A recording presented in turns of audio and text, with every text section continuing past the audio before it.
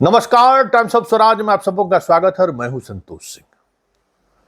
और times of Swaraj में जो चर्चा हम करने जा रहे हैं, उन चर्चा करने से पहले कुछ मैं खुद का व्यक्तिगत अनुभव कुछ शेयर करना चाहता हूं, खास करके चुनाव को लेकर।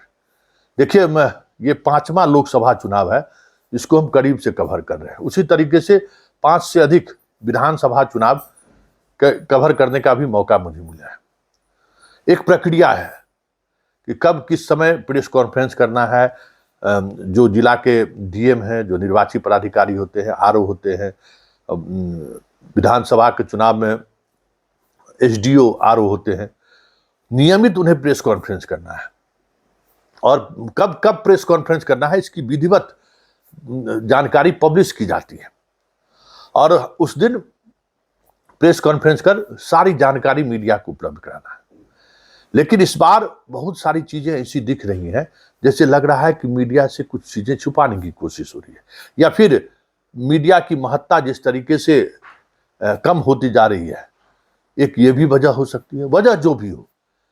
लेकिन जिन 5 लोकसभा चुनाव का अभी चौथे फेज में चुनाव हुआ है, उस पर अगर आप गौर करिए तो ये समस्तीपुर का जो है कि डीएम के हवाले से ये हम लोगों को विज्ञप्ति दी गई है।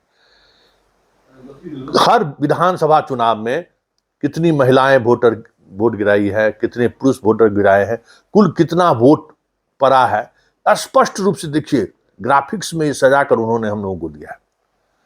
लेकिन बेगूसराय और लखीसराय या मुंगेर कहिए, अभी तक कितने प्रतिशत वोट हुए हैं। उस दिन जो 6 बजे एक टेंटेटिव जो सूची जारी किया था, वो उसके सूची जारी किए हुए 48 घंटे से अधिक होने को है। लेकिन क्या वोटिंग हुआ, कितना प्रतिशत वोट हुआ, इसकी अभी तक जानकारी मीडिया को नहीं दी गई है, जबकि उन्हें तत्काल कल दे देनी चाहिए। अभी भी हमने फोन करके पूछा है, तभी भी कहा कि डाटा का कलेक्शन हो रहा है।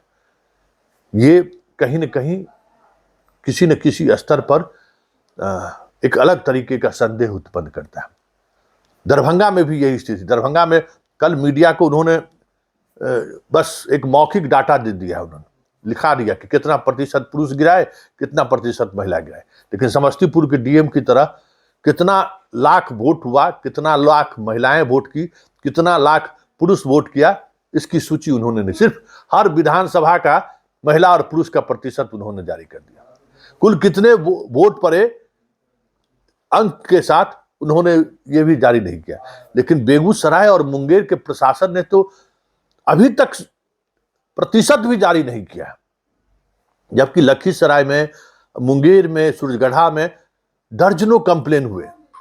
राजद के प्रत्याशी पर हमला हुआ, बूथ कैप्चरिंग के आरोप लगे, इलेक्शन कमीशन को इसकी सूचना दी गई, कंप्लेन हुआ। उस पर क्या कार्रवाई हुई? जब मीडिया ने इस पर सवाल किया तो ऐसा लगा जैसे वो उन्हें इसकी जानकारी ही नहीं है, जबकि विधिवत इसको लेकर प्रेस रिलीज जारी होता है, मीडिया तक उसकी बात पहुंचाई जाती है कि सारे कंप्लेंट की जांच कराई गई है और जांच के बाद चीजें क्या सामने आई, ये स्पष्टता के साथ रखा जाता है। लेकिन वो चीजें पूरी तौर पर सीन में ही नहीं है। ऐसे में चुनाव आयोग के कामकाज के शैली पर सवाल उठना लाजमी है।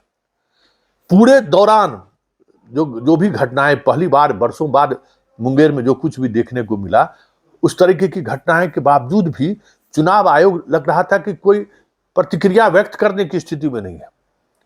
मतलब चुनाव के समय में एक अलग तरीके का माहौल देखने को मिलता है हर चुनाव में। लेकिन इस बार तो लग ही नहीं रहा है कि चुनाव आयोग भी कोई बॉडी है। डीएम और एसपी जो चाह रहे हैं वो हो रहा है। डीएम एसपी के पास अगर कंप्लेन जा रहा है तो उस कंप्लेन पर त्वरित कार्रवाई हो। उसको लेकर जो दिल्ली से लेके, पटना से लेके कंट्रोल तक जो एक मैसेज के सहारे जो चीजें चलती थी, वो भी देखने को नहीं मिला है। ईवीएम का मशीन खराब होने के बाद जिस तरीके से हाय तौबा मचता था, अभी तो बूथ कैप्चरिंग की खबर देने के बाद भी उस तरीके का हाय तौबा नहीं मचता है। एक अजीब तरीके की शून्यता इलेक्शन कमीशन में देखने को मिल रही है।